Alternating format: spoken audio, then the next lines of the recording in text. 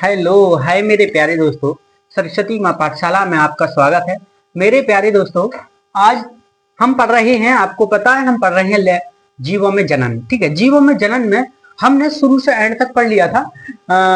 हमने पहले पढ़ा था जनन किसे कहते हैं, फिर पढ़ा था हमने जनन कितने प्रकार के होते हैं, लैंगिक अलैंगिक जनन। ठीक है, अब हम किस में चल रहे हैं, लैंगिक अलैंगिक जनन में। ठीक है, अलैंगिक जनन में हम पादपों के बारे में पहले हमने पढ़ा था कि अमीबा वगैरह क्या होता है, द्विखंडन क्या होता है, बहुखंडन क्या होता है, उसके बाद उसके पार्ट पढ़े थे। ठीक है, अब हम किस में चल रहे हैं, काय का प्रवर्धन में। ठीक है, काय का प्रवर्धन क्या होता है और काय का प्रवर्धन किस तरीके से होते हैं उसके बारे में हमने पढ़ा था।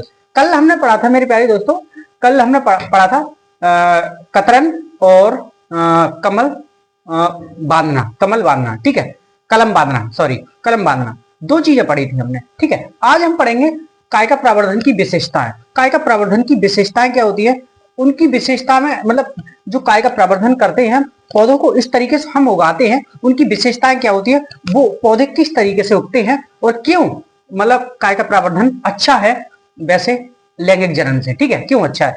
देखिए मेरे प्यारे दोस्तों, मैं पढ़ने से पहले मैं पता दूं आपको कि काय का प्रवर्धन में अलग चीज होती है। जैसे कि आप मान लीजिए काय का प्रवर्धन 100% रिजल्ट देता है, यानी कि 100% इतना हम काय का प्रवर्धन करते हैं, इतना हम काय का प्रवर्धन से अपनी फसल या अपने बीज जो पौधा उगाते हैं वो 100% रिजल्ट देता है। ठीक है, उसके बाद दूसरी बात ये, उनके जो पौधे उगते हैं काय का प्रवर्धन के जरिए, ठीक है, उनके जो पौधे उगते हैं 100% सुगंधित या बहुत ही स्वादिष्ट होते हैं। ठीक है, जैसे कि उनका जनक होता है उसी तरीके से वो स्वादिष्ट और सुगंधित होते हैं। ठीक है, तीसरा है कि काय का प्रवर्धन जल्दी उग जाते हैं। ठीक है, जल्दी यानी कि जल्दी मतलब अपनी उपज करते हैं, अपनी उपज जल्दी करते हैं और जल्दी ग्रोथ करते हैं। ठीक है, तो ये काय का प्रवर्धन के देखते हैं हमने क्या लिखा है और पढ़ के देखते हैं। ठीक है, इस विधि से उगाए पौधों में फल व फूल जल्दी उगाते हैं। ठीक है, मैंने क्या बताया था कि इस विधि से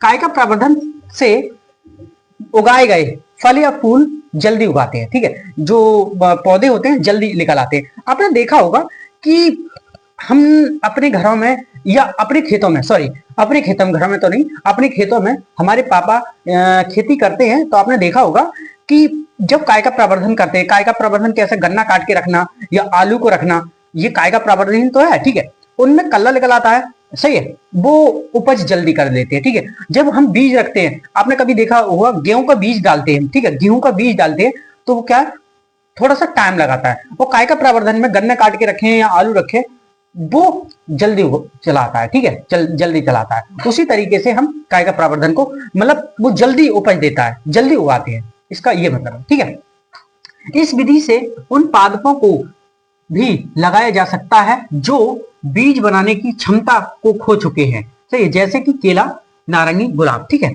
हाँ बिल्कुल ठीक है। ठीक है, इस विधि से आपने कभी देखा है कि काय का प्रवर्धन से आपने कभी केले का बीज तो देखा नहीं होगा।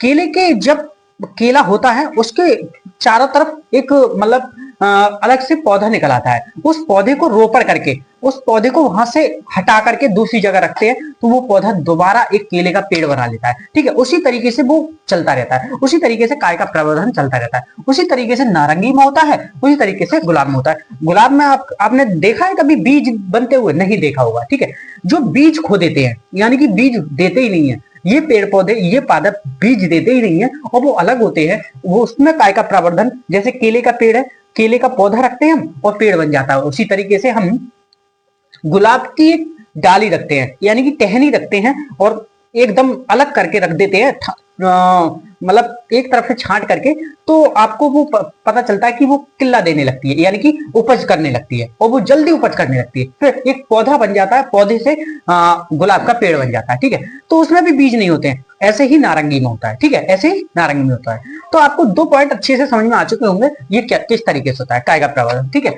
तीसरा होता है इस प्रकार बनने वाले पादप अपने जनक पादप के सभी गुण धारण किए होते हैं। ठीक है, हाँ जैसे कि आपने देखा होगा गांव में कि जब गन्ने की खेती करते हैं ठीक है। जब गन्ना को उपजते हैं तो जैसा गन्ना हमने रखा था उसी तरीके की गुण, उसी तरीके की हर चीज विशेषता वगैरह सब उसी तरीके की निकलती है, ठीक है। गन्ने का कोई बीज तो होता नहीं है, गन्ने को काटकर ही जो हम गन्ना यूज करते हैं उसी को काटकर ही उसका बीज बना देते हैं और वही उगाता है, ठीक है। तो उसी तरीके की विशेषता बाहर निकलती है, ठीक है। ये काय का प्रवर्धन होता है, ठीक है। यही काय का प्रवर्धन, यानी कि सब गुण उसमें धारण हो, उस जनक के सब गुण उसमें धारण हो, ये काय का प्रवर्धन होता है। ऐसे गुलाब के फूल को हम देख लेते हैं या केले को देख लेते हैं तो उसी तरीके से बिल्कुल सेम टू सेम उसी का रूप देते हो तो क्या है, जनक के रूप में जाते हो, सब गुण उसके अंदर उपस्थित हो तो उसी को काय का प्रवर्धन कहते हैं, ठीक है। बनने वाले नए पादपों के बीज व फल समान आकार, स्वाद व सुगंधित होते हैं, ठीक है। बिल्कुल सही है, बिल्कुल स्वाद में हर चीज में स्वादिष्ट होते हैं, हर चीज में आकार के सेम होते हैं और सुगंधित भी बहुत होते हैं। आपने यूज भी करे होंगे कि काय का प्रवर्धन क्यों, विशेषताएं अच्छी हैं, ठीक है। ठीक है, आगे देखते हैं। काय का प्रवर्धन से उपजे नए पादपों के जीवित रहने की दर लगभग 100% होती है। मैंने आपके लिए बताया था कि काय का प्रवर्धन से जो पौधे उपजते हैं, जो काय का प्रवर्धन से जो पौधे उगते हैं, उनकी जो दर होती है वो 100% होती है। उनकी दर कम नहीं होती, 100% होती है, 100% रिजल्ट देते हैं वो, ठीक है। 100% उगते हैं। कभी देखा है कि पौधा लगाया हो और वो हुआ नहीं हो? कभी देखा है किसी डाली को, टहनी को तोड़ करके लगाया हो, वो हुई नहीं हो? आप उसकी मतलब पानी वगैरह या उपज नहीं देंगे उसके चारों तरफ, या उसके मतलब खाना बनाने की प्रक्रिया नहीं देंगे तो थोड़ा सा हो सकता है नहीं हो, अन्यथा नहीं होता है वो, ठीक है। आपने ये तो देखा होगा कि बीज डालते हैं हम जब खेतों में तो आधे बीज उगते हैं, आधे नहीं उगते हैं, तो ये काय का प्रवर्धन में नहीं होता है, ठीक है। जबकि लैंगिक जनन से मिलने वाले पादपों की जीवित रहने की दर 10% होती है। यानी कि लैंगिक जनन से मिलने वाले पादपों की दर कितने परसेंट रहती है? 10%, ठीक है। लैंगिक जनन से जो जीवित रहते हैं वो 10% रहती है, ठीक है। मेरे प्यारे दोस्तों, आपको यहां तक बहुत ही अच्छी तरीके से समझ में आ चुका होगा। मैंने अच्छे से समझाने की कोशिश की, और नहीं समझ में आया तो कमेंट कीजिएगा, ठीक है। यहां तक इसी आगे देखिए मेरे प्यारे दोस्तों, आगे उदाहरण क्या है। काय का प्रवर्धन से उगाई जाने पर आलू की फसल केवल 3 महीने से पककर तैयार हो जाती है, जिसे बीज से उगाने पर 15 महीने में लगते हैं, ठीक है। यानी कि आलू की फसल एक ऐसी चीज है, आलू की फसल काय का प्रवर्धन होती है, ठीक है। काय का प्रवर्धन से पकाई जाती है, उगाई जाती है, ठीक है। आलू की फसल आपने देखा होगा 3 महीने में पक करके तैयार हो जाती है, 3 महीने में तैयार हो जाती है, ठीक है। 3 महीने में तैयार होने के बाद हम उसे खोज सकते हैं, और उसी आलू की फसल को हम जब बीज से पकाए तो 15 महीने लगेंगे उसे, 15 महीने का पूरा टाइम लगेगा उसे पूरा करने में, तो ठीक है। काय का प्रवर्धन से समय कम लगता है। अब आगे हम क्या पढ़ेंगे मेरे प्यारे दोस्तों, काय का प्रवर्धन की कमियां, कुछ कमियां भी हैं, ठीक है। देखिए, काय का प्रवर्धन से हम जब कोई उपज लेते हैं, जब कोई हम खेती करते हैं काय का प्रवर्धन के जरिए, तो उसकी जो उपज है वो खत्म हो जाती है। यानी कि जो खनिज लवणों की क्षमता है वो खत्म हो जाती है। दूसरी चीज है, काय का प्रवर्धन की कमियां ये भी है कि काय का प्रवर्धन में कोई एक कमी लगती है, वो कोई एक पौधे में कीटाणु लगता है तो पूरी फसल में फैल जाता है, ठीक है। पूरी फसल में फैल जाता है, उसके बाद पूरी फसल को नष्ट कर देता है। ये काय का प्रवर्धन की कमियां हैं, ठीक है। देखते हैं हमने क्या लिखा। इन पादपों की संख्या अत्यधिक हो जाने से भूमि में उपस्थित सीमित खनिज लवणों के लिए इनकी आपस में प्रतियोगिता बढ़ जाती है, ठीक है। इन पादपों की संख्या अत्यधिक होती है। आप किसी भी पादप की संख्या ले लो, अत्यधिक होने के कारण भूमि में उपज सीमित रहती है और अत्यधिक हो जाती है। यानी कि इनकी जो क्षमता है वो अत्यधिक हो जाती है, फिर वो अलग अलग होने लगते हैं, ठीक है। देखिए, इन पादपों से मिलने वाले फल, सब्जियों आदि को अधिक समय तक भंडारित करके नहीं रखा जा सकता, ठीक है। आपने कभी देखा है कि जब आलू को हम, तभी तो ठंडे मौसम में मतलब आलू होता है, क्योंकि गर्मी में आलू होगा तो मेरे प्यारे दोस्तों आलू सड़ जाएगा, ठीक है। आलू सड़ जाएगा। उसी तरीके से जब आलू को हम लंबे समय तक रखते हैं मेरे प्यारे दोस्तों, तो वो सड़ जाते हैं, खराब हो जाते हैं, और उन्हें नहीं मतलब ज्यादा लंबे समय तक नहीं रखा जा सकता भंडारित करके, ठीक है। ज्यादा लंबे समय तक उन्हें इकट्ठा करके नहीं रखा जा सकता, ठीक है। ये आपको अच्छे समझ में आ चुका होगा, ठीक है। फिर अगर किसी एक पादप को कोई बीमारी लग जाए तो यह आसानी से अन्य पादपों को भी लग जाती है, ठीक है। ये तो मैंने आपके लिए बताया था कि यदि किसी कोई पादप को कोई बीमारी लग जाती है, कोई मतलब कीटाणु वगैरह लग जाते हैं, तो पूरी फसल बेकार हो जाती है, यानी अन्य पादपों को भी वो बीमारी लग जाती है। ठीक है, तो यही कमियां हैं कायिका प्रवर्धन की। ठीक है, आपको मेरे प्यारे दोस्तों कायिका प्रवर्धन बहुत ही अच्छी तरीके से समझ में आया होगा। अब अगले टॉपिक के साथ चलते हैं आगे। तब तक के लिए इसका स्क्रीनशॉट ले लीजिए, उसके बाद आगे चलते हैं। ठीक है, ले लीजिए।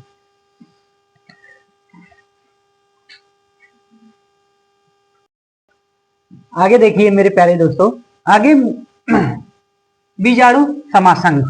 बीजाणु समासंग क्या होता है मेरे प्यारे दोस्तों? एक प्रकार का जीव होता है जो अपनी रक्षा के लिए, अपनी प्रोटेक्शन के लिए अपने ओर चारों ओर सुरक्षा करता है। ठीक है, और अपने आप को अंदर ही मतलब बंद कर लेता है। जैसे कि फॉर एग्जांपल इसमें एल्गी आता है, एल्गी काई अपने जीव देखे होंगे, काई की वो अपने अंदर अपनी सुरक्षा को अंदर ही रखते हैं और लंबे समय तक जीवित रहने के लिए ये कार्य करते हैं वो। ठीक है, और आते हैं एल्गी। एल्गी का मतलब होता है, एल्गी का मतलब क्या होता है? फफूंद। जो फफूंद होती है कहीं भी जम जाती है तो वो अपने जीवों को लंबे समय तक सुरक्षित रखने के लिए, उत्पन्न करने के लिए, लंबे समय तक सुरक्षित रखने के लिए ये काम होता है। ठीक है, हमने क्या लिखा है?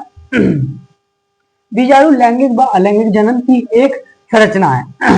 पहली बात, बीजाणु लैंगिक व अलैंगिक जनन की एक संरचना है। लैंगिक में भी हो सकता है बीजाणु और अलैंगिक में भी हो सकता है। ठीक है, ये दोनों में हो सकता है। दूसरा है, जिससे कोई जीव या जीव जाति स्वयं को फैलाने या विषम परिस्थितियों में दीर्घ काल तक जीवित रखने के लिए बनाती है।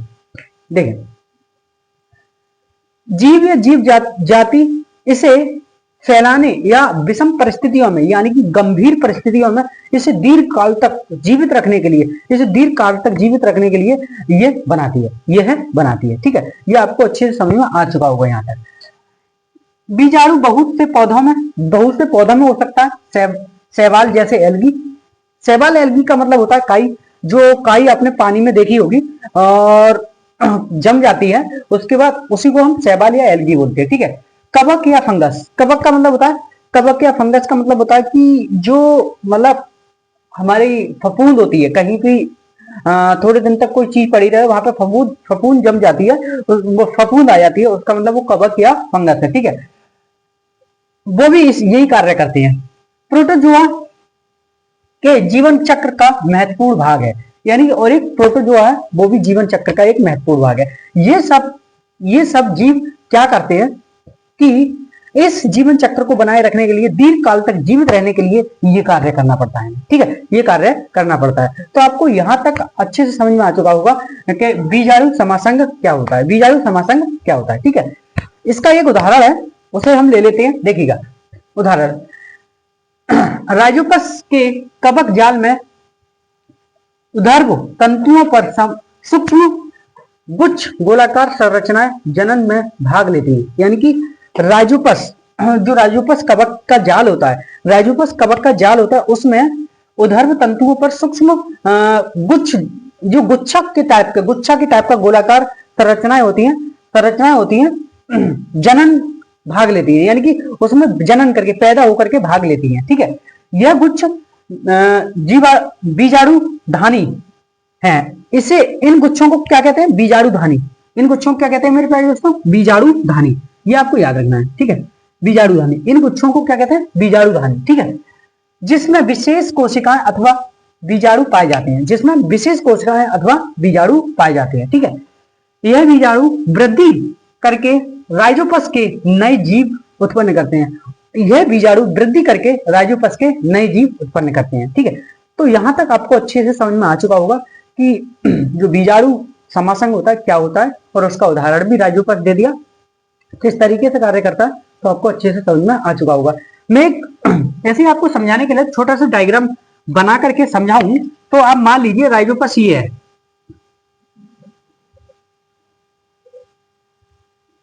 इस टाइप का, और ये गुच्छ है इसका। ठीक है, ये अपने पास में प्रोटेक्शन के साथ रखता है। ठीक है, जब ये अलग होने लगता है तो नई संतति पैदा करता है। तो वही तो कह रहा है कि राइजोपस के नए जीव उत्पन्न करता है, यानी कि बाद में जब ये इसे प्रोटेक्शन में ले लेता है, उसके बाद नई संतति पैदा करता है। ऐसे ही राइजोपस के इसी तरीके से होते हैं बहुत सारे, ठीक है, इस तरीके से।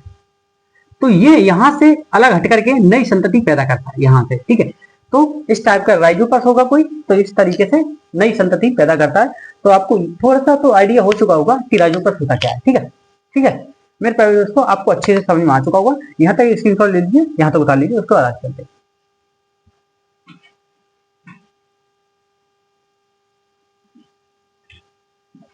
मेरे प्यारे दोस्तों, इस लेक्चर में इतना ही। अगले लेक्चर में मिलते हैं अगले टॉपिक के साथ। तब तक के लिए वीडियो देखते रहिए, वीडियो को लाइक कीजिए, चैनल को सब्सक्राइब कीजिए और मजे लेते रहिए, ठीक है। कुछ ना समझ में आए तो कमेंट कीजिए, मैं दोबारा समझाने की दोबारा कोशिश करूंगा, ठीक है। धन्यवाद, लगे रहिए। मैं